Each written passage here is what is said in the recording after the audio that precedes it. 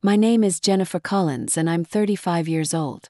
Yesterday I gave my first press briefing as White House press secretary to 50 million viewers. When I called my mother afterward, her first words were, "That couldn't have been you on TV. You can't even order pizza without stuttering." The same woman who spent my childhood whispering to relatives that my speech impediment was our family's greatest shame. Before I tell you how I went from the girl they silenced at dinner tables to speaking for the President of the United States, let me know where you're watching from and subscribe if you've ever been told to stay quiet when you had something important to say. The irony of my mother's disbelief wasn't lost on me. After decades of being told to stay silent, to speak softly, to avoid drawing attention to my problem, here I was serving as the official voice of the United States government. But to understand how profound this moment was, I need to take you back to where it all began, to the day my voice was first stolen from me.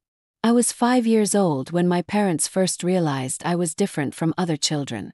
Not different in a way they could celebrate or be proud of, but different in a way that made them uncomfortable, embarrassed, ashamed. My stutter wasn't the cute, temporary speech delay that some children experience and quickly outgrow. It was persistent, noticeable, and according to my family, deeply embarrassing. The first memory I have of my stutter being treated as a source of shame was during my 6th birthday party. I was excited to blow out my candles and make a wish, but when it came time to say what I wanted, the words got stuck. "I wish for a PPP pony," I managed to say, my small face turning red with effort and frustration. Instead of encouragement or understanding, I remember my mother's mortified expression as she glanced around at the other parents who had paused their conversations to listen. My father quickly stepped in, finishing my sentence for me and redirecting everyone's attention to cutting the cake. Later that evening, after the guests had gone home and my brother Tommy was in bed, I overheard a conversation that would shape how I viewed myself for years to come. "We need to do something about Jennifer's speech," my mother said, her voice heavy with worry and embarrassment. "Did you see how the other parents looked at her today? Mrs. Henderson actually asked me if we've considered getting her professional help." My father's response was dismissive but equally damaging. "She'll grow out of it. Kids go through phases. We just need to be patient and maybe encourage her to speak less in public until she figures it out." Encourage her to speak less. Those words hit 6-year-old me like a physical blow. The message was clear. My voice was a problem to be managed, not a gift to be nurtured. From that day forward, my family began what I now recognize as a systematic campaign to silence me. It wasn't malicious in intent. They genuinely believed they were protecting me from embarrassment and ridicule. But the effect was devastating to a young child who was already struggling with confidence and self-expression. Family dinners became exercises in strategic silence. When relatives visited, I was coached beforehand on simple responses. "Yes, thank you," instead of longer explanations that might showcase my stutter. "I'm fine," instead of sharing stories about school or friends. My parents developed a code system of looks and gestures to signal when I should stop talking or when they would answer for me. The Christmas when I was 7 was particularly painful. Our extended family gathered for the holidays. Aunts, uncles, cousins, grandparents, and the house buzzed with conversation and laughter. I was excited to tell everyone about the Christmas play at school where I had been chosen to be an angel, but every time I started to speak, my mother would gently but firmly redirect the conversation. "Jennifer, why don't you go help in the kitchen?" she'd suggest when I opened my mouth to contribute to discussions. Or, "Sweetheart, maybe you could show your cousins your room." Anything to remove me from conversations before my stutter could become the center of attention. The most devastating moment came when my Uncle Robert, my father's brother who had always been kind to me, asked directly about my school performance.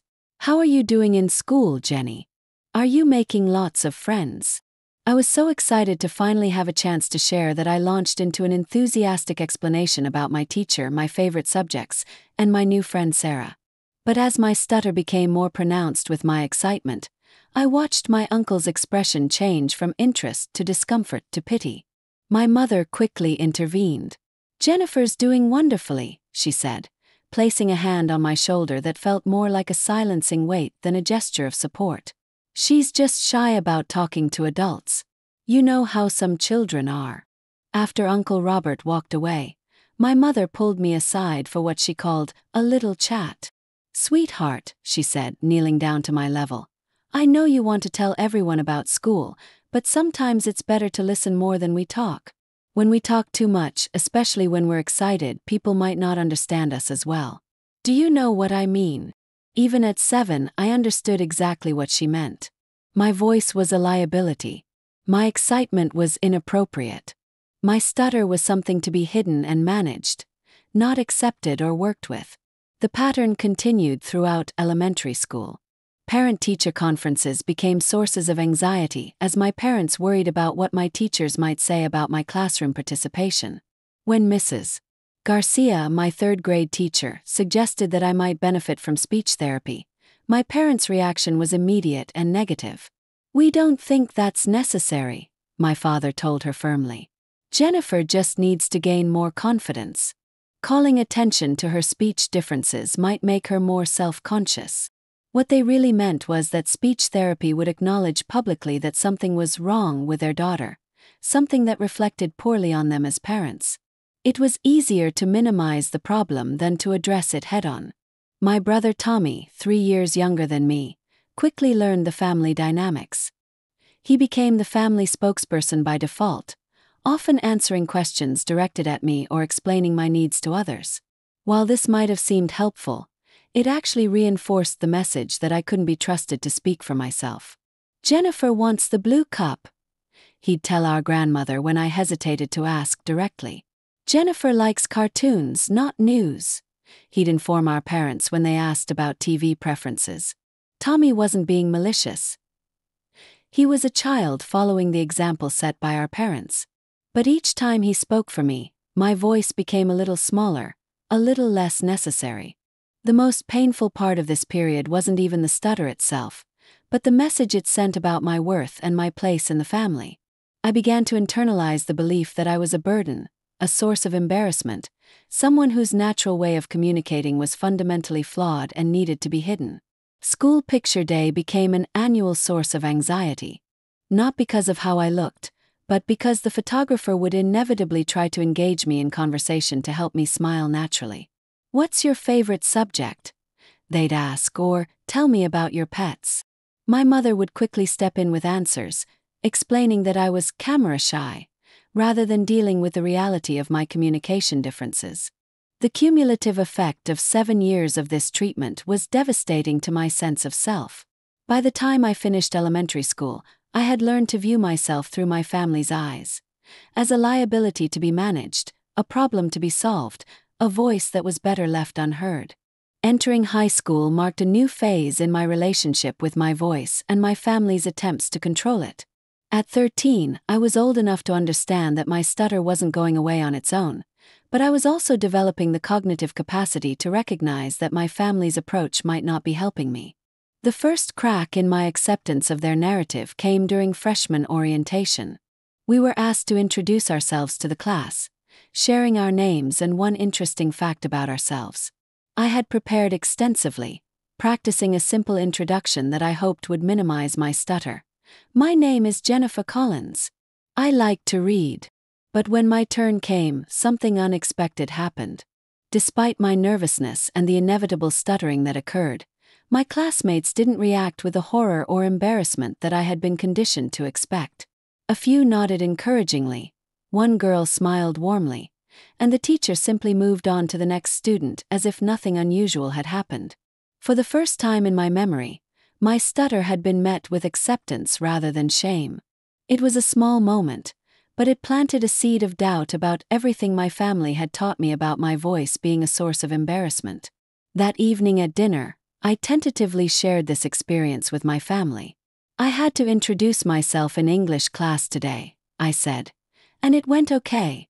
The other kids didn't seem to mind my stuttering."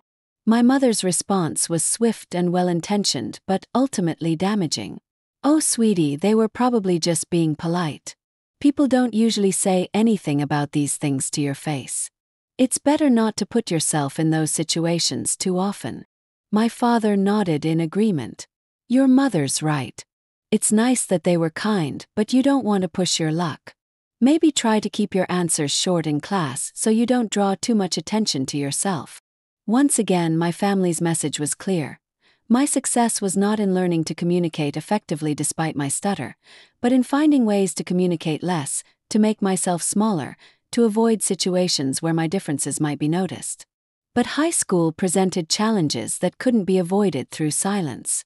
Oral presentations were required in multiple classes, group discussions were part of the curriculum, and social interactions with peers were essential for normal adolescent development.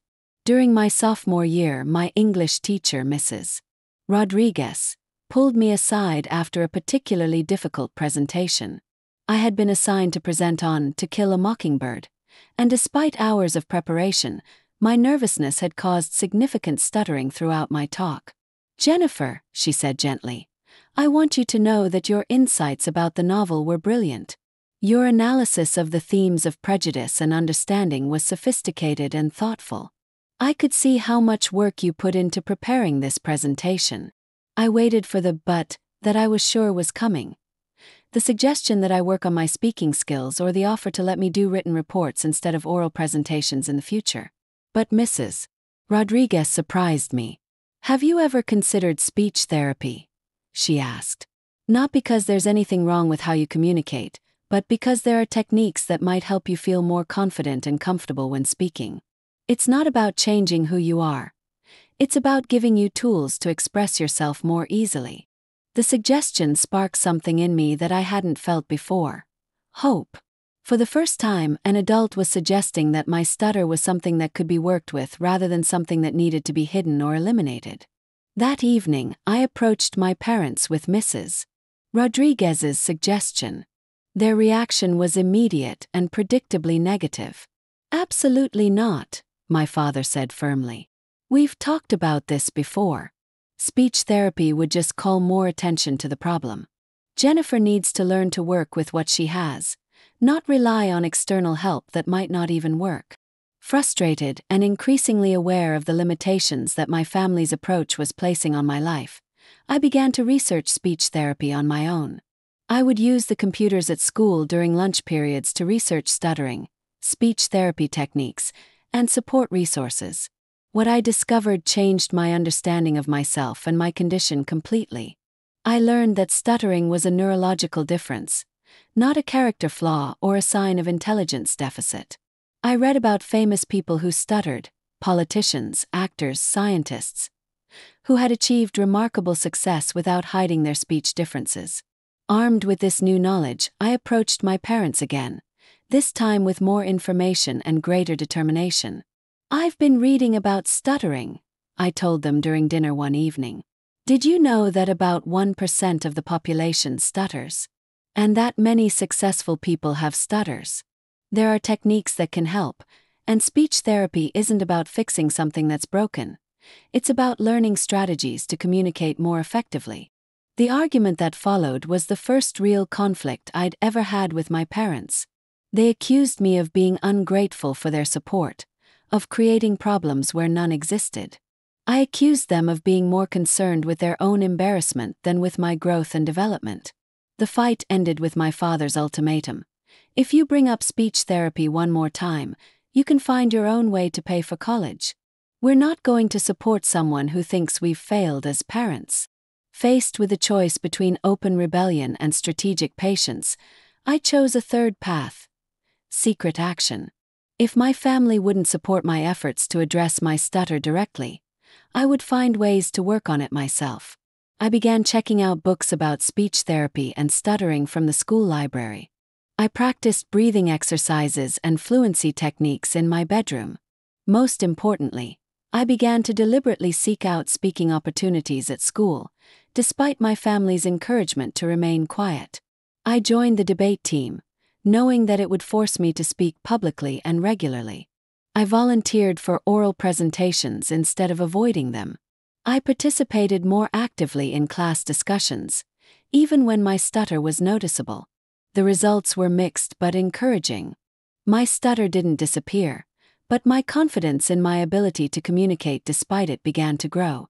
I learned that most people were far more accepting of speech differences than my family had led me to believe. More importantly, I began to separate my identity from my stutter.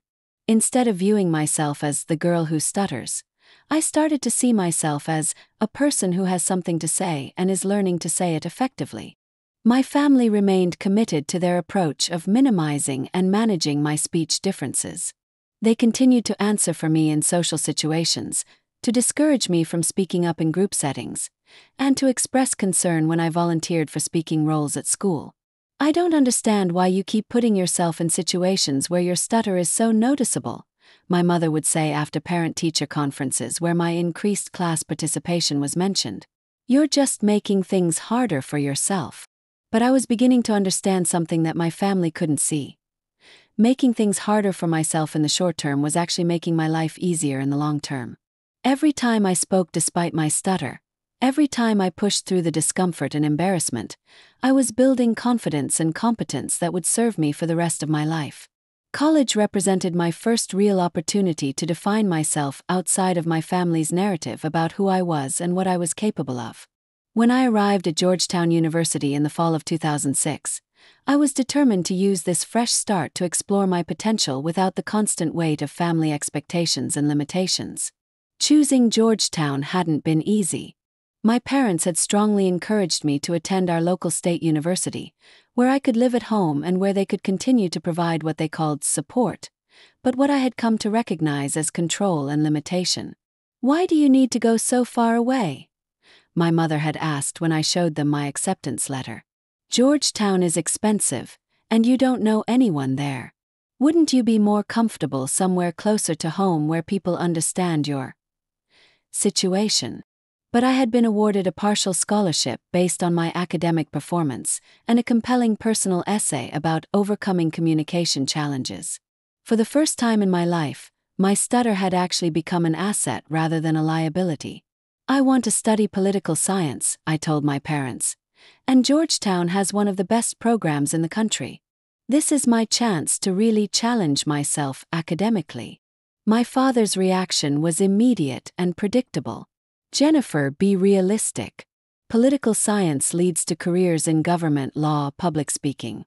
These are fields where communication skills are essential. You'd be setting yourself up for failure." Moving into my Georgetown dormitory felt like stepping into a new identity. My roommate, Sarah, was a political science major from California who possessed the kind of effortless confidence that I had always envied. When I told her about my stutter during our first week together, her response was refreshingly matter-of-fact. "Okay," she said simply. "Does it affect your hearing? Because I tend to play music while I study, and I want to make sure that works for you." This kind of casual acceptance was revolutionary for someone who had spent 18 years being treated as if my speech difference was a source of family shame. My first political science class provided another opportunity to test my new approach to my speech difference. Instead of avoiding participation or choosing a seat in the back where I might be overlooked, I deliberately sat in the front row and prepared extensively for each class. The first time I raised my hand to speak, my stutter was noticeable as I began to respond to the professor's question about the separation of powers, but I pushed through the discomfort and completed my thought. What happened next changed my understanding of how people respond to stuttering. Instead of the awkward silence or expressions of discomfort that I had been conditioned to expect, several of my classmates nodded in agreement with my point, and one even built upon my observation. "Excellent point, Jennifer," the professor said. "You've identified a key tension in the system that we'll be exploring throughout the semester. Can you elaborate on how you think the founders intended to balance federal and state authority?" He was asking me to speak more, not less. For the first time in my academic career, my thoughts were being valued more highly than my fluency. During my second semester, I took a public speaking class, a requirement that I had been dreading but knew I couldn't avoid. The class was taught by Dr. Rebecca Thompson, a former television journalist who had transitioned into academia. On the first day of class, when my turn came to introduce myself, I decided to be completely honest about my situation. "My name is Jennifer Collins. I began, my stutter immediately apparent. I have a stutter, and I'm here because I want to pursue a career in political communication. I know that might seem contradictory, but I believe that having something important to say is more important than saying it perfectly. R. Thompson's approach to working with me was transformative. Instead of trying to eliminate my stutter or suggesting that I avoid speaking situations, she helped me develop strategies for communicating effectively despite disfluencies. Your stutter is part of your communication style, she told me during a private consultation. The goal isn't to hide it or eliminate it. The goal is to ensure that it doesn't interfere with your ability to connect with your audience and convey your message clearly. By the end of the semester, I was delivering presentations with a level of confidence that would have been unimaginable just months earlier. My stutter remained noticeable, but it no longer dominated my communication or prevented me from expressing complex ideas clearly and persuasively. During my sophomore year, I decided to take the biggest risk of my college career. I applied to join the university's prestigious debate team. The tryout process was intimidating, but I focused on content over delivery and authentic communication over perfect fluency. To my amazement, I was selected for the team. Coach Williams explained his decision during our first team meeting. "Jennifer," he said, "your stutter is noticeable, but it's not a barrier to effective communication. In fact, it forces you to be more deliberate and thoughtful about your word choices, which makes your arguments more precise and compelling." Joining the debate team marked a turning point in my relationship with my voice and my future aspirations. For 2 years, I traveled to tournaments across the country, engaging in high-level competitive debates on complex policy topics.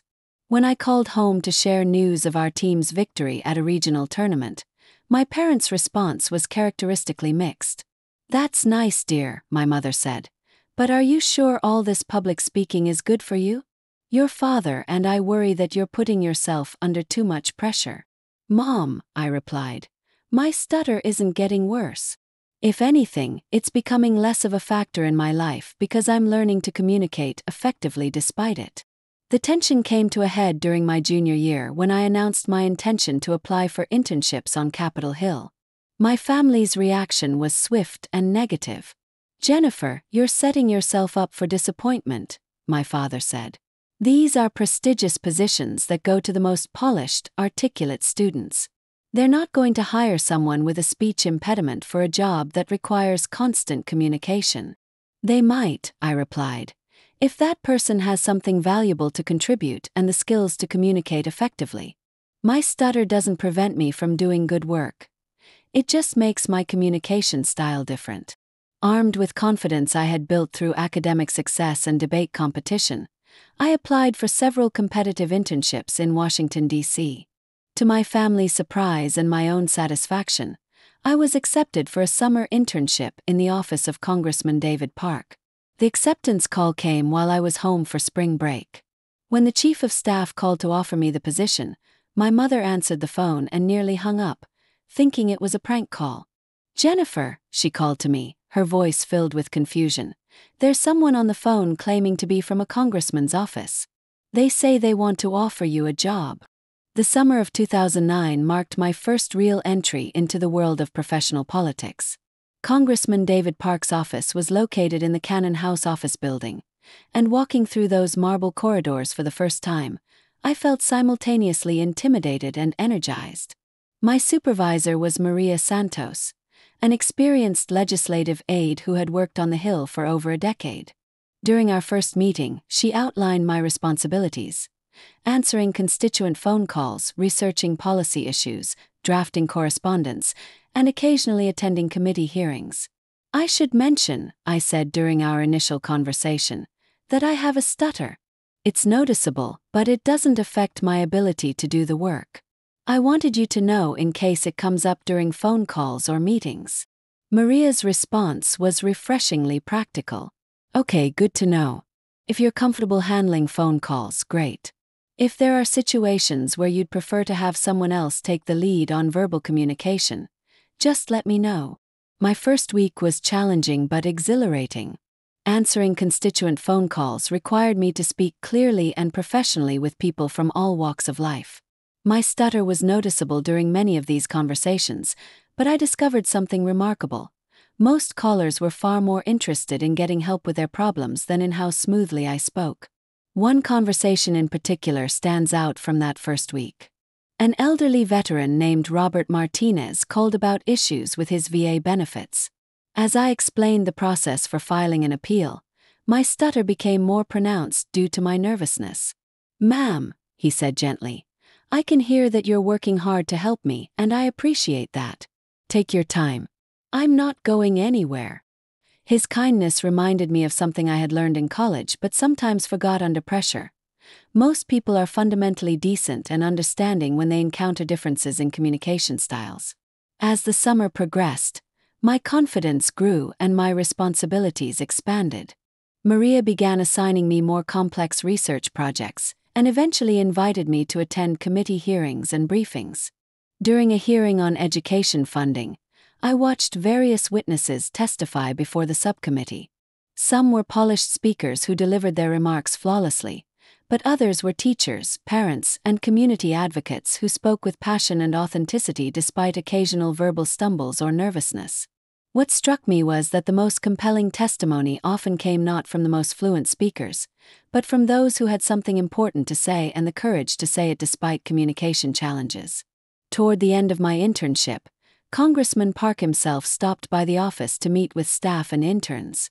When Maria introduced me, I felt the familiar nervousness, and my stutter was noticeable as I explained my background and interests. "You're the intern who's been doing such great work on the education research," he said, immediately putting me at ease by focusing on my contributions rather than my communication style. "Maria tells me your policy analysis is exceptionally thorough and insightful.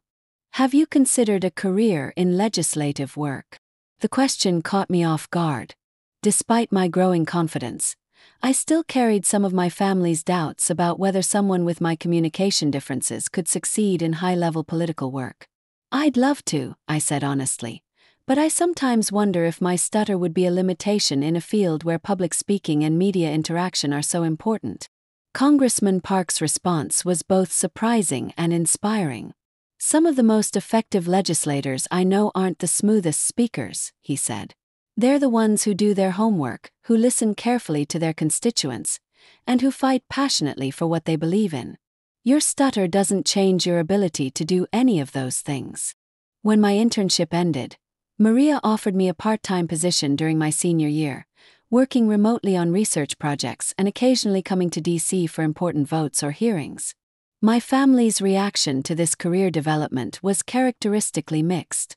While they were proud that I had been offered ongoing work, they continued to express concerns about my long-term career trajectory.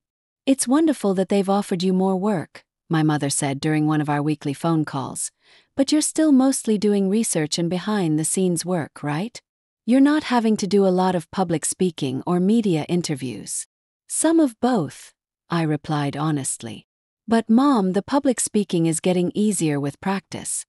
And the media interactions are usually brief and focused on specific policy issues where I have expertise." During my senior year, Professor Martinez invited me to present my honors thesis research at a national political science conference. My thesis examined the role of authentic communication in building trust between elected officials and their constituents, a topic that had obvious personal relevance for me. The presentation would be delivered to an audience of academic experts and graduate students, and it would be my most high-profile speaking opportunity to date. My family's reaction to this invitation was predictably anxious. "Are you sure you want to put yourself in that position?" my father asked. "What if your stutter gets worse under that kind of pressure?" But by this point, I had developed enough confidence in my abilities to push back against their concerns more directly. "Dad," I said, "my stutter is going to be noticeable whether I'm speaking to 5 people or 50 people. But my research is strong, and I have important insights to share. I'm not going to limit my academic and professional opportunities because of anxieties about how people might react to my communication style." The presentation went well. My stutter was indeed noticeable, but my research was solid and my analysis was compelling. Several attendees approached me afterward to discuss my findings and to ask about my future research interests. As graduation approached, I faced a decision about my immediate future. I had been accepted to several graduate programs, but I had also been offered a full-time position with Congressman Park's office as a legislative correspondent. My family strongly encouraged me to pursue graduate school, viewing it as a safer path that would allow me to develop expertise without the immediate pressure of high-level political communication. But I was increasingly resistant to the idea that my stutter was a speech issue that needed to be resolved before I could pursue my career goals.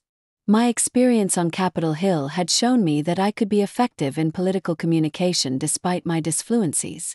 I accepted the position with Congressman Park's office, much to my family's dismay. The role would involve briefing the congressman on policy issues, drafting speeches and statements, and occasionally serving as a spokesperson to media outlets. "Are you sure you're ready for that level of responsibility?" my father asked when I shared my decision. "Speaking for a member of Congress is a big responsibility. Every job involves risks," I replied, feeling more confident in my professional judgment than ever before. "But I've been preparing for this kind of work for years, and I believe I can do it well." My first year as a legislative correspondent was challenging but rewarding. I quickly established myself as a reliable and knowledgeable staff member, specializing in education and civil rights issues. My stutter remained noticeable in meetings and phone calls, but it became less of a focus as my colleagues grew accustomed to my communication style. The real test came when Congressman Park asked me to serve as a spokesperson on a controversial education bill that was receiving significant media attention. This would involve conducting interviews with reporters and explaining complex policy details under potentially hostile questioning. "Are you comfortable with this assignment?" he asked during a staff meeting. "It's going to involve a lot of media interaction, and some of the questioning might be aggressive." "I'd like to do it," I said.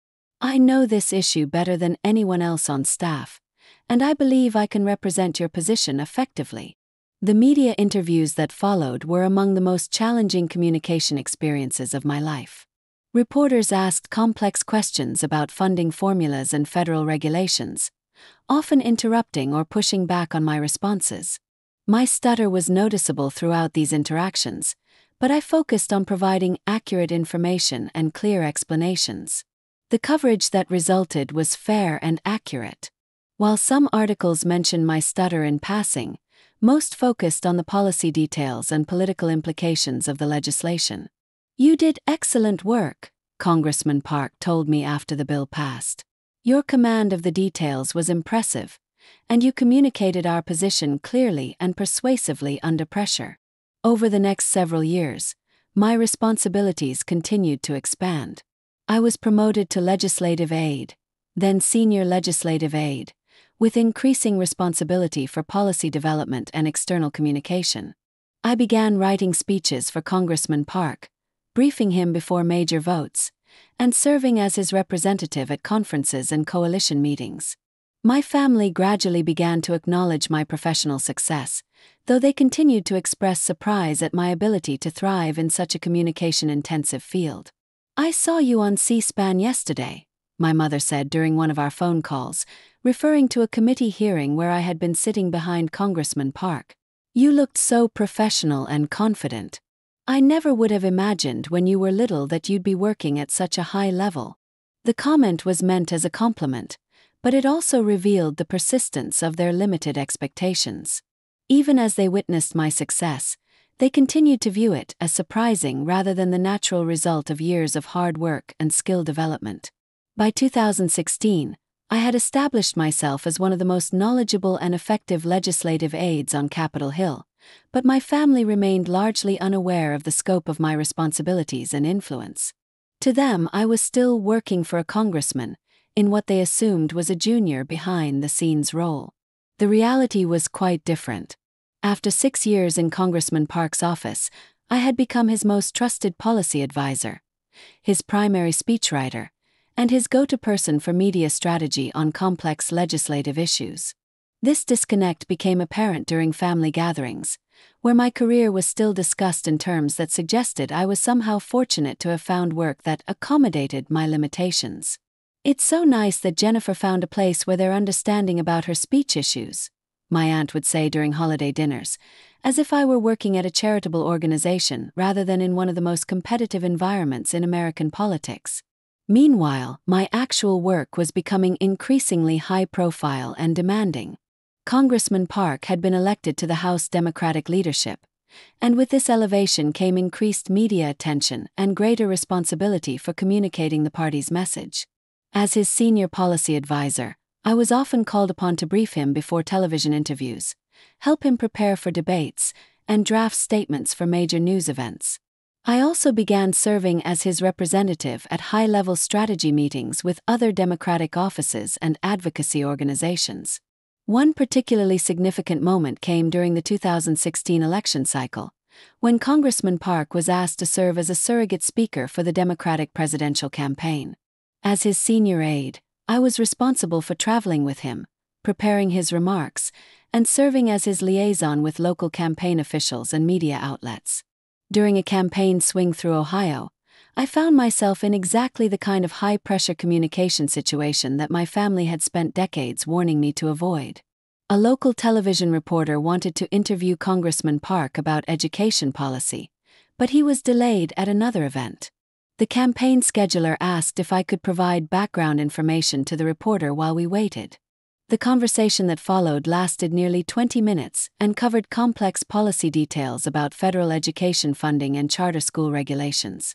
My stutter was noticeable throughout the interview, but the reporter was clearly more interested in getting accurate information than in my communication style.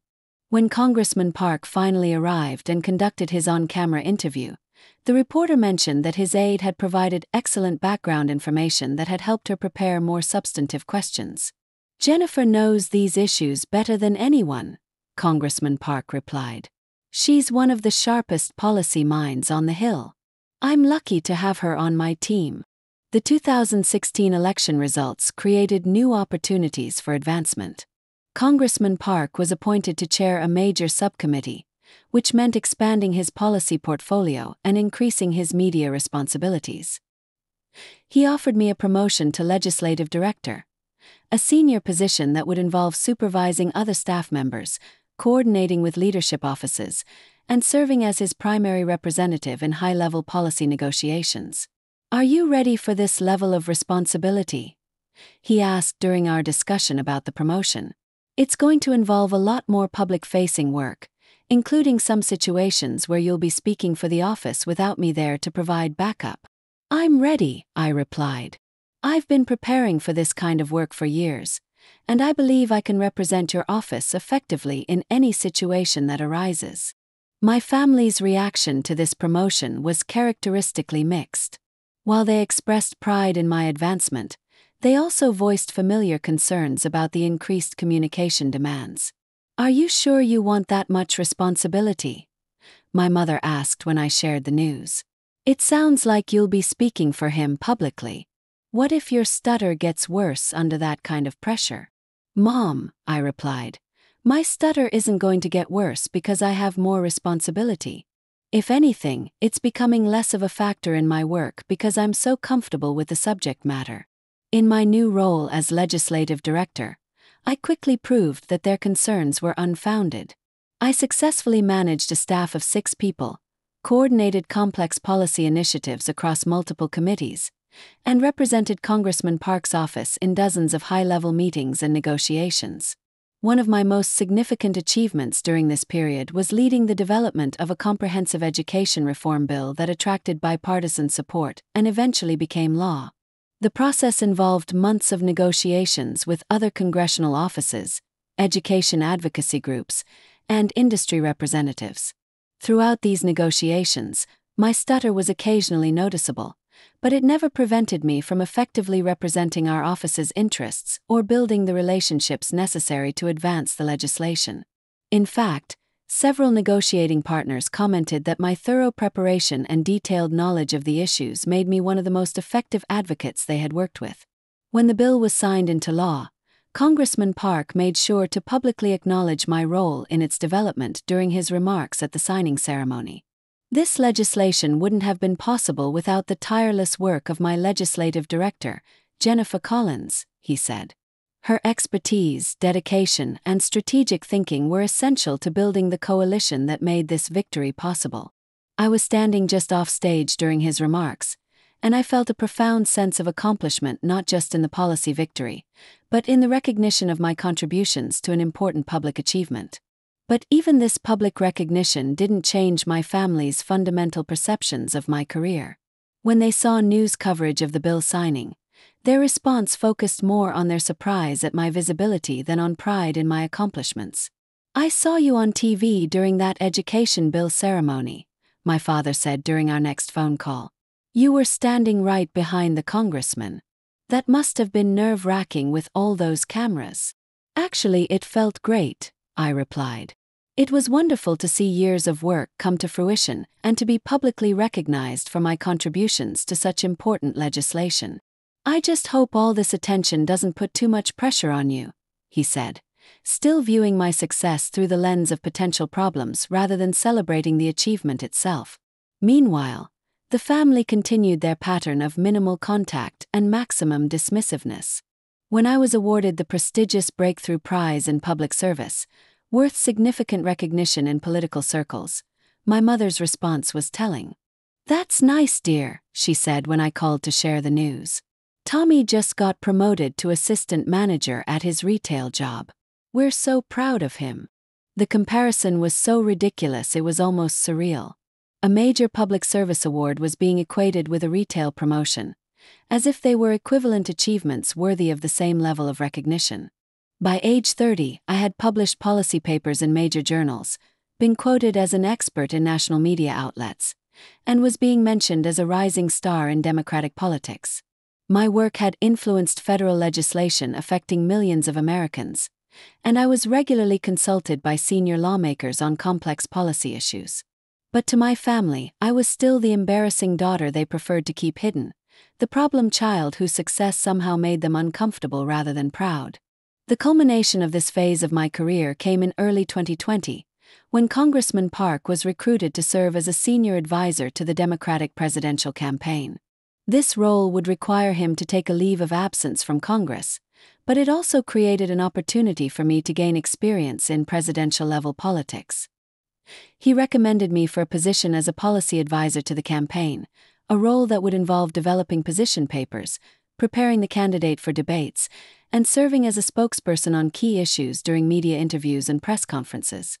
"This is a once-in-a-lifetime opportunity," he told me during our discussion about the position.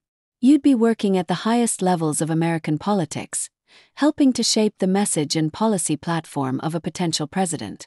Are you interested?"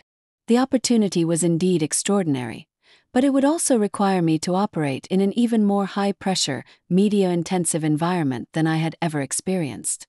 Presidential campaigns involve constant scrutiny, rapid response to breaking news, and the kind of communication demands that my family had always insisted would be impossible for someone with my speech differences.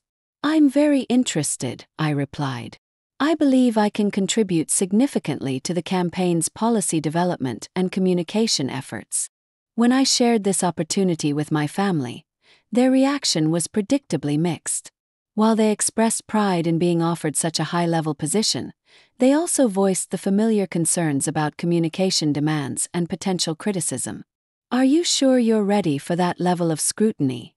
my mother asked. "Presidential campaigns are covered by the national media. Millions of people will be watching." "Mom," I replied, "I've been building toward this kind of opportunity my entire career. I'm ready for the challenge, and I'm excited about the chance to contribute to such important work." What I didn't share with my family was that I was also excited about the opportunity to prove, once and for all, that their decades of concern about my communication limitations had been based on their own anxieties rather than on realistic assessments of my potential. The 2020 presidential campaign represented everything my family had spent decades warning me to avoid: constant media scrutiny, high-pressure communication situations, and the kind of public visibility where every word would be analyzed and potentially used against the candidate I was representing. My role as senior policy advisor to the campaign involved responsibilities that would have been unimaginable to the girl who was once made to eat birthday cake alone in the kitchen. I was tasked with developing comprehensive policy proposals on education, criminal justice reform, and civil rights. I prepared briefing materials for the candidates' major speeches and debate preparation.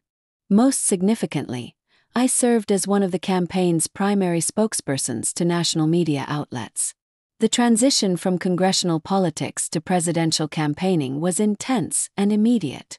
Within my first week on the campaign, I found myself conducting interviews with reporters from the New York Times, The Washington Post, CNN, and MSNBC about the candidates' education policy proposals.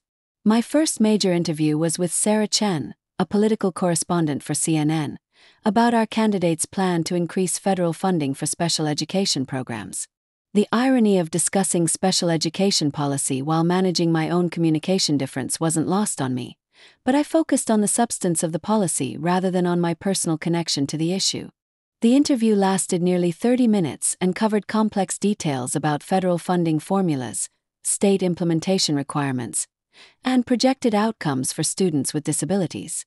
My stutter was noticeable throughout the conversation, but Sarah's questions were focused entirely on policy specifics and political feasibility. When the segment aired that evening, it focused on the policy details and political implications of our proposal. My stutter was audible to viewers, but it wasn't mentioned in the coverage or analysis that followed. More importantly, the campaign's communications director reached out after the segment to express satisfaction with how I had handled the interview. "Excellent work," she wrote in her email. "You demonstrated complete command of the policy details and communicated our position clearly and persuasively. The coverage is exactly what we were hoping for." As the campaign intensified, so did my media responsibilities. I began appearing regularly on cable news programs, conducting background briefings for print reporters, and representing the campaign at policy forums and academic conferences. One particularly significant moment came during a live television debate about education policy between surrogates from the major campaigns. I was representing our candidate against spokespersons from 3 other presidential campaigns, and the format involved rapid exchanges on complex policy details. The debate was moderated by Jake Tapper on CNN, and it was broadcast live to a national audience during prime time. This was exactly the kind of high-pressure, high-visibility communication situation that my family had always insisted would be impossible for someone with my speech differences. The topic was school choice policy, an issue where I had developed deep expertise over years of congressional work. As the debate progressed, I found myself defending our candidate's position against criticism from multiple directions, responding to rapid-fire questions from the moderator, and making the case for a nuanced approach to charter school regulation. My stutter was noticeable throughout the debate, particularly during moments when I was interrupted or challenged by other participants. But I was able to maintain my composure, present detailed policy arguments, and respond effectively to criticism from other campaigns. The post-debate coverage was overwhelmingly positive. Political analysts praised my command of the issues and my ability to articulate complex policy positions under pressure. Several commentators noted that I had won the debate by providing the most substantive and well-reasoned arguments. My family watched the debate from their home in Ohio, and their reaction was characteristic of their ongoing struggle to reconcile my professional success with their long-held assumptions about my limitations. "I can't believe that was really you on television," my mother said when she called me after the debate. "You looked so confident and professional.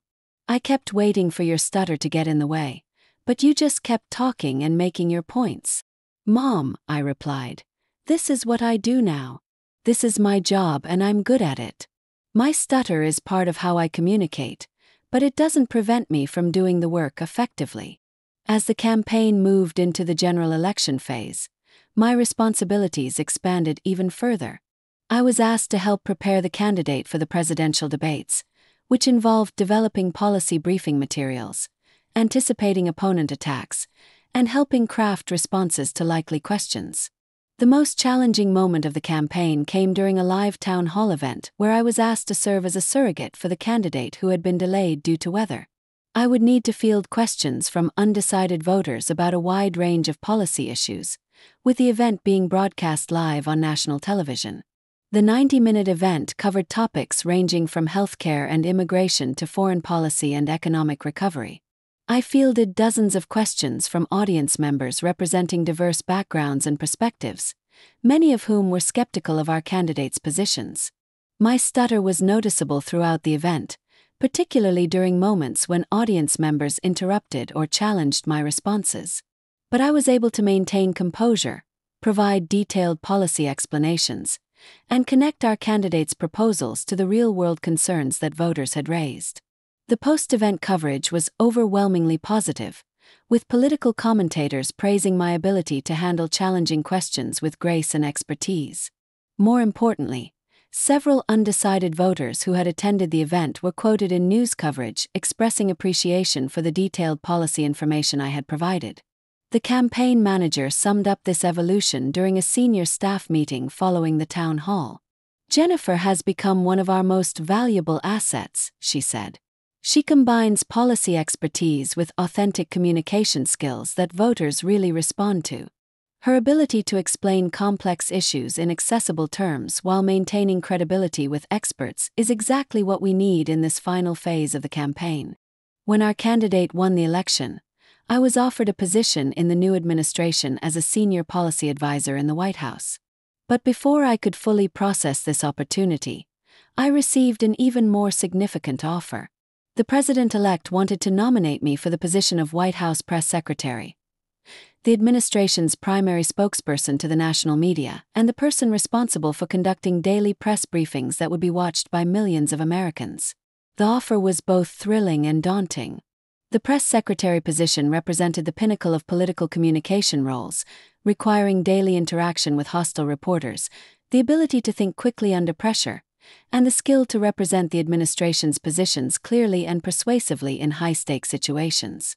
When the president-elect called to offer me the position, her words echoed themes I had been hearing throughout my career from people who had learned to look past communication style to focus on competence and expertise.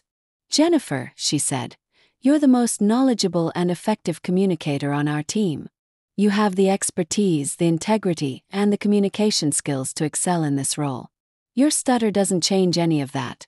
If anything, it makes you more authentic and relatable than the typical Washington spokesperson." The conversation with my family about this opportunity was unlike any we had ever had about my career. For the first time, they seemed to grasp the magnitude of what I had achieved and the recognition it represented. "The White House press secretary," my father repeated when I shared the news. "You would be speaking for the president every day.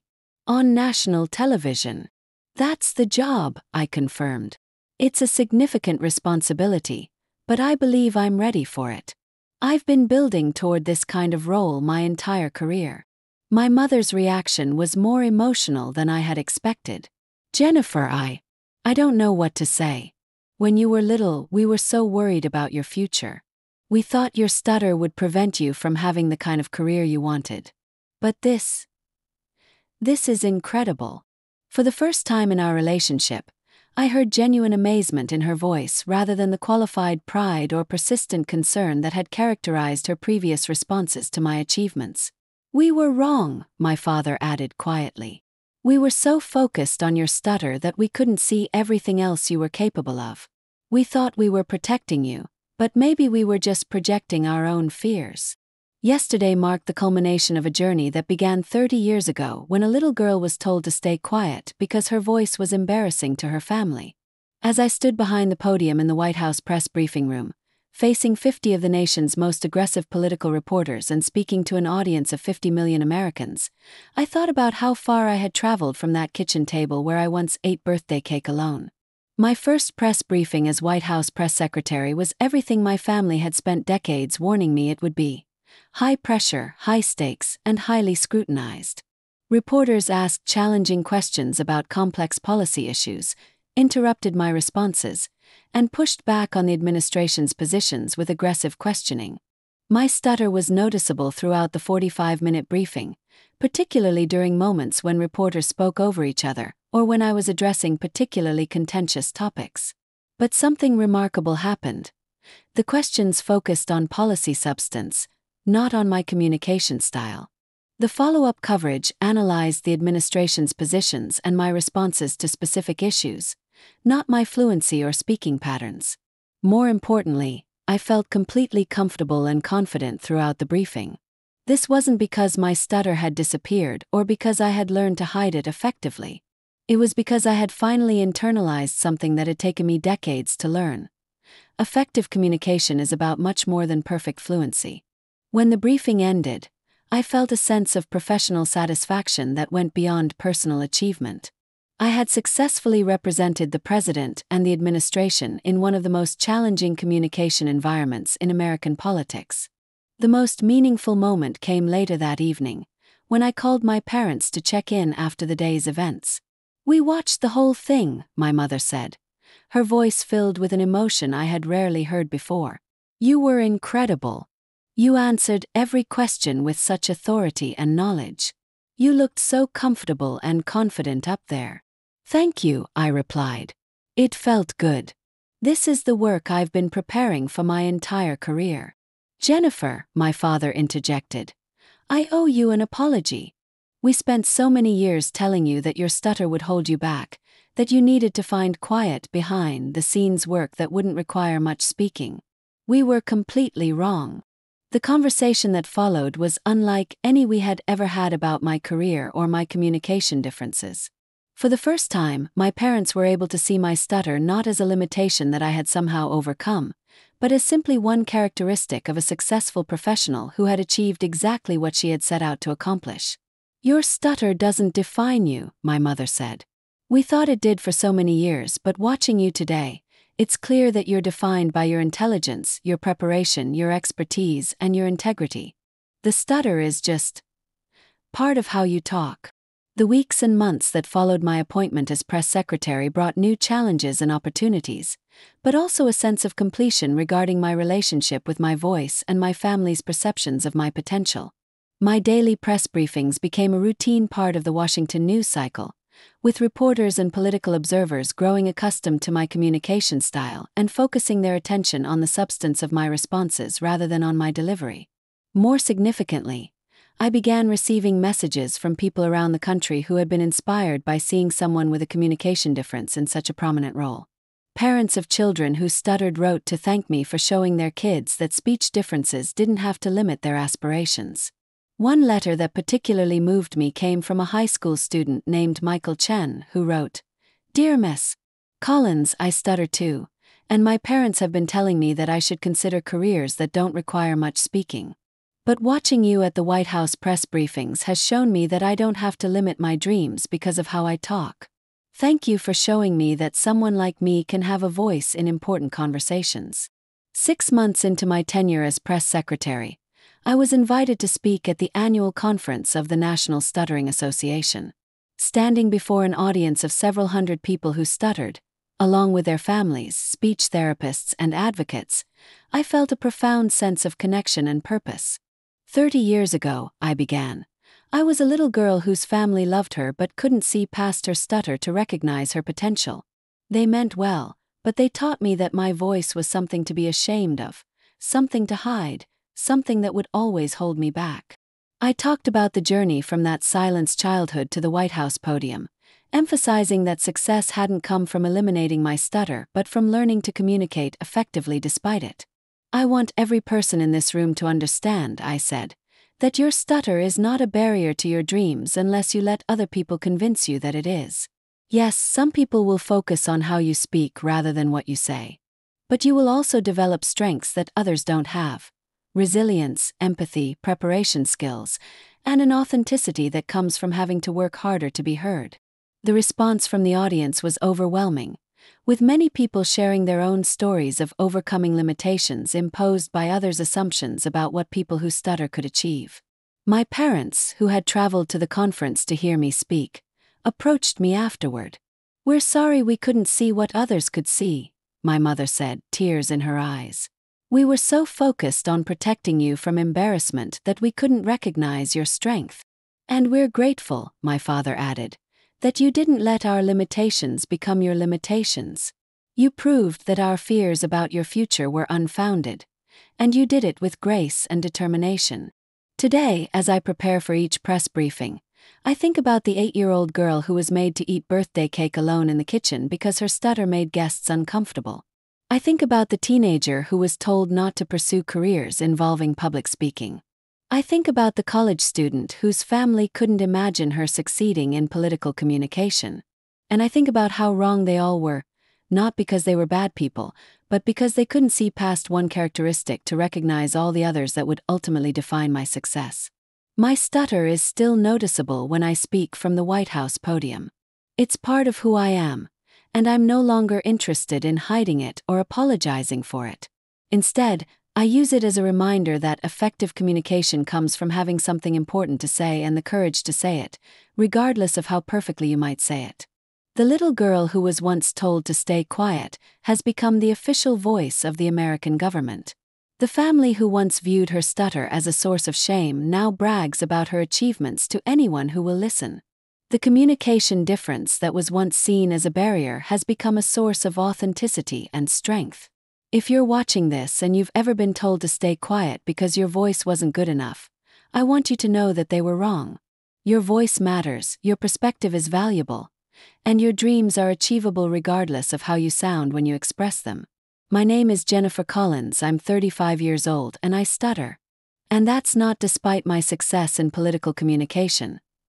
It's part of what made that success possible. Sometimes the voices that are hardest to hear are the ones the world most needs to listen to. Don't let anyone tell you to stay quiet when you have something important to say.